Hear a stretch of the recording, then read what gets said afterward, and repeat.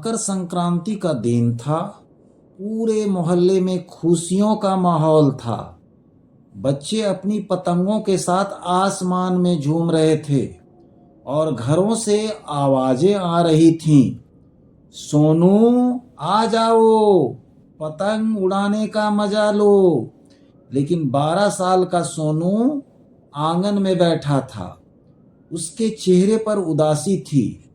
आसमान में रंग बिरंगी पतंगें उड़ रही थीं और सोनू का मन भी बहुत हो रहा था कि वह भी पतंग उड़ाए, लेकिन घर में कोई पतंग नहीं थी।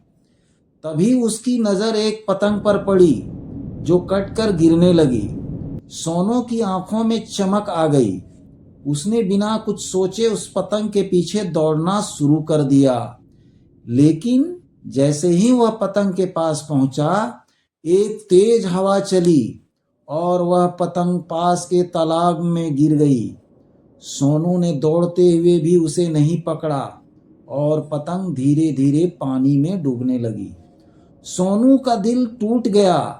वह गहरी मायूसी में डूब गया। सोनू उदास मन से घर की ओर लौट रहा था। रास्ते में उसने कुछ बच्चों को देखा जो एक दूसरे से बात कर रहे थे। वे पतंग उड़ाने जा रहे थे। सोनू उनकी बातें सुनकर खामोशी से उसके पास खड़ा रहा। वह भी उसके साथ जाना चाहता था, लेकिन उसके पास न तो कोई पतंग थी और न ही हिम्मत थी कि वह उनसे कुछ मांगे। वह चुपचाप घर लौट आया। कुछ समय बाद सोनू को फिर से आसमान से एक पतंग गिरते हुए दिखाई दी। वह दौड़ा और देखा कि वह पतंग केवल 2 फीट दूर उसके घर के पास गिर गई। सोनू का दिल खुशी से उछल पड़ा। वह पतंग को उठाने के लिए झुका, लेकिन तभी वही बच्चे जिन्हें वह रास्ते में देखा था वहां आ गए। उन्होंने मुस्कुराते हुए कहा, यह पतंग हमारी है, उड़ते उड़ते गिर गई।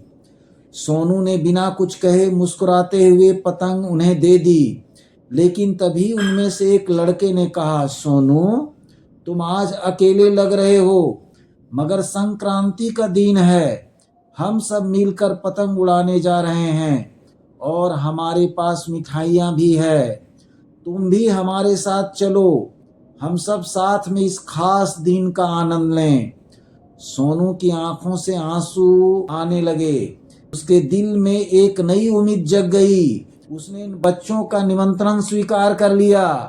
वह सब मिलकर मकर संक्रांति के दिन को खास बनाने के लिए एक साथ पतंग उड़ाने लगे। सच्ची खुशी तब मिलती है जब हम दूसरों के साथ अपने सुख बांटते हैं। कभी कभी हमें अकेलापन महसूस होता है, लेकिन अगर हम खुद को खोलते हैं और दूसरों से जुड़ते हैं तो जिंदगी खूबसूरत बन जाती है।